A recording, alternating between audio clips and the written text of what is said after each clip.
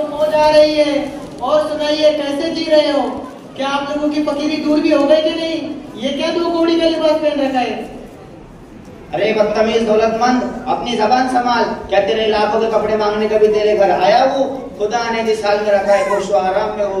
और सुन, तो ये मुल्ला मुल्ला कहकर मजाक बनाना चाहता है, गुलमाओं के लिबास और तेजी को दर्शाना चाहता है। लेकिन सुन बदनसीब दौलतमंद, फानूस बन के जिसकी हिफाजत हवा करे, फानूस बन के जिसकी हिफाजत हवा करे, वो शमा क्या बुझे जिसके रोशन खुदा करे। वाह वाह वाह वाह, क्या शायरी करते हो मुल्ला जी। बताओ, क्या रमजान के महीने में हम लोगों के पास भीख मांगते नहीं आते हो? क्या ये हकीकत नहीं? जब हम लोग देते हैं तो तुम लोग झुक झुक कर शुक्रिया अदा करते हो। मैंने क्या गलत कह दिया? जो हकीकत है वही तो कह दिया हूँ। तुम लोग तो वही दो कौड़ी के, तुम्हारी वजह से हमारी इंसल्टें होती रहती है। ये झोला ये रसीद लेकर चले भीख मांगने। मुझे बहुत अफसोस हो रहा है तुम्हारी जहालत पर। पहले तो मैं समझता था कि तुम सिर्फ मगरूर हो, मगर अब मालूम आ गया तुम तो ठीक जाहिल भी हो। तुमने रमजान में जो बात कही है तो उसका जवाब ये है कि हम अपने लिए नहीं, मोहम्मद रसूल सल्लल्लाहु अलैहि वसल्लम के लिए मांगने जाते हैं। दूसरी बात ये है, तुम जो कुछ देते हो तो तुम्हारे बाप का भी नहीं, वो तो अल्लाह का हक है। तुम जाके अल्लाह से दुआ करो, हे अल्लाह मेरी दौलत में काल पड़ जाए ताकि हम लोग तुम्हारे दरबार झुकने ना जाए। तुमने कभी देखा है हमें गरीबों से मांगते हुए, बेवाओं से मांगते हुए? हरगिज़ नहीं। हम तो सिर्फ उन्हीं से वसूल करते हैं जो साहिब निसाब हो, और तुम चंदे को हंसते हो। काश तुम्हें आज से 14 साल पहले का वाकया मालूम होता कि खुद मोहम्मद सल्लल्लाहु अलैहि वसल्लम ने चंदा लिया था। उस वाकया में अबू बकर सिद्दीक और हजरत उमर का एक दिलचस्प वाकया पेश आया। जब तुम्हें ऐसा मालूम नहीं तो जाके डूब मरो। अरे हाँ हाँ, सब पता है, बड़े चले तारीख बताने वाले। अरे देखिए भाइयों, आप लोग भी मुल्ला जी को बड़े काबिल मानते हो। ये लोगों ने तो पूरे समाज को गंदा करके रखे। अब तो पूरा समाज और सोसाइटी भी इनसे पाना चाहती है। कब खाली हो, भारी आफत बने हुए ये लोग। तुमने झुक झुक कर शुक्रिया अदा करने वाली जो बात कही थी तो वो किसी दर्जे में हकीकत है कि जाहिल किस्म के मौलवियों ने तुम मालदारों का शुक्रिया अदा कर करके दिमाग खराब करके रख दिया है। मुझे देख, तूने कभी मुझे झुकता हुआ पाया है? याद रख, जो हर वाकई में खादिम दीन होंगे वो अखलाक जरूर पेश करेंगे मगर तेरे सामने झुकेंगे नहीं। अरे कितने? 2-4? भला इनसे क्या होता है? एतबार तो अक्सरियत का होता है। ऐसा ना करते हैं और ना इंशाअल्लाह ऐसा करेंगे। असल बात तो ये है कि तुम्हें या तुम जैसे कमी सोसाइटी वालों को ये मालूम ही नहीं कि कुरान क्या कहता है, रसूलुल्लाह सल्लल्लाहु अलैहि वसल्लम ने हदीस में क्या फरमाया है। अल्लाह ताला का इरशाद है, इन्नमा यख्शल्लाह मिन इबादिहिल उलमा। दूसरी जगह अल्लाह ताला का इरशाद है, कुल हल यस्तविल लदीना यअलमून वल लदीना ला यअलमून। तीसरी जगह अल्लाह ताला का इरशाद है, फस्अलू अहल ज़िक्रि इन कुंतुम ला तअलमून। शायद कुरान पाक से पेट भर गया होगा, अब जरा हदीस पाक का पानी पी ले। रसूलुल्लाह सल्लल्लाहु अलैहि वसल्लम ने फरमाया, नबियों के वारिस उलमा है, नबियों ने इल्म दीन को विरासत में छोड़ा है। दूसरी जगह रसूलुल्लाह सल्लल्लाहु अलैहि वसल्लम ने फरमाया, मैं मुअल्लिम बना कर भेजा गया हूँ। एक सहाबी का कौल है, आलिम दीन कौम की वो आंखें जिससे वो देखते हैं, आलिम दीन कौम का वो कान है जिससे वो सुनते हैं, आलिम दीन कौम के वो पैर है जिससे वो चलते हैं, आलिम दीन कौम का वो दिल है जिनसे उन्हें जायज नाजायज की तमीज का पता है।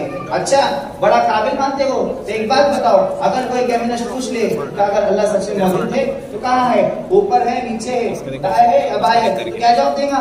अरे ये तो बड़ा भारी सवाल है, मुझे तो इसका जवाब मालूम ही नहीं होगा। हाँ हाँ, बस इतना कह देंगे कि हर जगह है, चाहे माने चाहे ना माने। अबे उल्लू गधे, ऐसा जवाब देने से भला करने वाले इस्लाम कबूल कर लेंगे? अच्छा, एक सवाल और सुन और जवाब दे। अगर कोई हिंदू कहे कि तुम लोग बड़े अजीब आदमी हो, एक लड़की को निकाह से पहले हराम कहते हो, फिर दो बोल क्या बोल दी वो हलाल हो गई, भला ये भी कोई बात है? भला दो बोल से क्या होता है? अरे मुल्ला जी, आप तो बड़े भारी भारी सवाल कर रहे हो। भला हम लोगों को इसका जवाब कहाँ से आएगा? इसका तो कोई भी नहीं जवाब दे सकता। वो क्या है, जवाब जरा आप हमको बता दे तो मेहरबानी होगी। हाँ, अब आया हूँ पहाड़ के नीचे, अब तो समझ आया कि हम इन 2 पैसे कपड़ों में कितना कुछ जानते हैं। सुनो, जब भी बातिल से टकराने की जरूरत पड़ी तो हमें लोग सर पर कफन बांध कर मैदान में आए। याद रखो तारीख, अंग्रेज का मुकाबला करने के लिए शाह वलीउल्लाह मुहद्दिस देलवी, शाह अब्दुल अजीज शेखुल हिंद, महमूद हसन देवबंदी, मौलाना कासिम नानवी, शेखुल इस्लाम मौलाना आजाद मैदान में आए। और राजा रंजीत से टकराने के लिए शाह इस्माइल शहीद मैदान में आए। राजा रंजीत ने रसूलुल्लाह सल्लल्लाहु अलैहि वसल्लम की शान में गुस्ताखी की थी तो हजरत ने कसम खाई थी कि इसका काम तमाम कर दूंगा। और जब हजरत का सर कट गया तो राजा रंजीत के पीछे कटा हुआ सर लेकर दौड़े और एक पालान पर जाकर उसका कत्ल किया। और जब काजे ने कितने ने सर उबारा तो अल्लामा कश्मीरी, मौलाना सनाउल्लाह अमृतसरी मैदान में आए। इतना भी नहीं, आज तक उलमाए देवबंद उस जमात से टकरा रही है। मौलाना मेरे से गलती हो गई, ये काला हो गया। मुझे ये सब मालूम नहीं था। अब मेरी ख्वाहिश है कि आप मुझे कुछ और सुनाएं और हो सके तो उन सवालों का जवाब भी दे दीजिए। जरूर सुनो। मुसलमानों को गुमराह करने के लिए फितना बिदअत पैदा हुआ तो उलमा देवबंद मैदान में आए। मौलाना जियाउर रहमान फारूकी, जियाउल हक बैरवी, मौलाना ताहिर गियावी मैदान में आए। उसकी गुमराहियों से अफगानिस्तान को बचाने के लिए उलमा मैदान में आए। मेरे भाई, अगर ये मुल्ला, ये आलिम, ये मौलवी ना होते तो खुदा की कसम तुम्हारा वजूद ना होता, तुम्हारे जनाजे का नाम सुहा हो जाता। अब सुनिए, अगर कोई कम्युनिस्ट सवाल करे तो उसे जवाब देने के लिए अंधेरे घर में मगरिब के बाद एक चिराग या बल्ब जलाकर उससे पूछे, भाई इसकी रोशनी किधर है, पूरब में है या पश्चिम में है, उत्तर में है या दक्षिण में है, तो वो जवाब देगा इसकी रोशनी पूरे घर में है। तो तुम उसे समझा दो अल्लाह में एक नूर और एक रोशनी की तरह हर तरफ और हर जगह है। और कोई हिंदू निकाह वाला सवाल करे तो उसे समझाने के लिए 2-3 गाली दे दो, वो गुस्सा हो जाएगा। फिर उससे कहो कि भाई तुम्हें क्या हुआ, मैंने तो सिर्फ 2-3 बोल बोले थे।